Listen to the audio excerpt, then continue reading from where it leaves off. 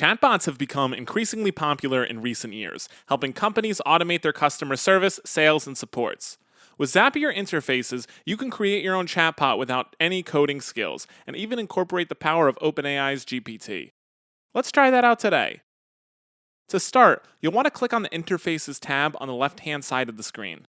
Your Interface tab will then appear. Click Create at the top right corner of your screen and you'll see multiple templates that you can choose from. In this instance, we don't need a template, so in the top left-hand corner, click Start from Scratch.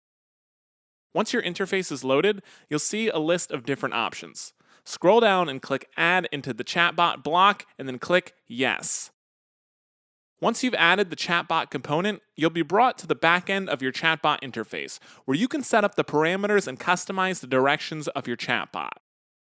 Under Chatbot Name, add the personalized name you want to give your bot. I'm going to name mine Editor Bot. Next, we'll want to add a greeting. The text inside the first blue box is what your chatbot will say when your users first interact with it. And the second white box is the prompt placeholder.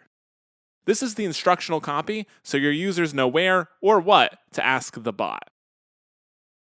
In the Greetings field dropdown, select Static or Generative.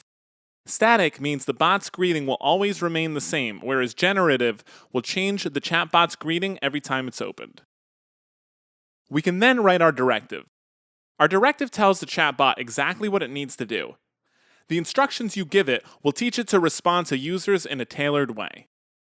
It's important to remember that the more detailed and clear your instructions are, the better the chatbot will respond.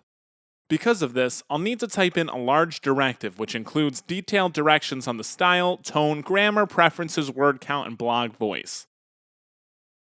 Once I've completed that, I can adjust the creativity of the prompt response as well as the width and alignment of the responses. Next, it's time to test your chatbot. Click on the link in the top left corner of your page. You'll be taken to the end user interface where you can type in your text and start testing out its editing capabilities. I'll type in a prompt to test it out. If everything's looking good, go back to your interface page and click on the settings icon in the left-hand panel. Adjust your page name, meta title, and URL for your bot. You can also adjust other parameters in the Setting tab, such as editing your subdomain, changing your appearance, as well as adding logos, custom domains, and tracking. Once you've built a few chatbots, you should think about presenting them together in a nice layout for users or coworkers to browse. To set this up, go to the Interfaces dashboard and click Create Page. Once you're done with that, scroll down to the list of options and click Link Cards. Once that's complete, you can add the header for your landing page. I'll call mine AI for the Content Team, and then I'll wait to start adding different titles. Click New Card in the right-hand corner. You can now fill out all the details that will appear on each card or tile for your library. Don't forget to insert each of your bots under Link URL.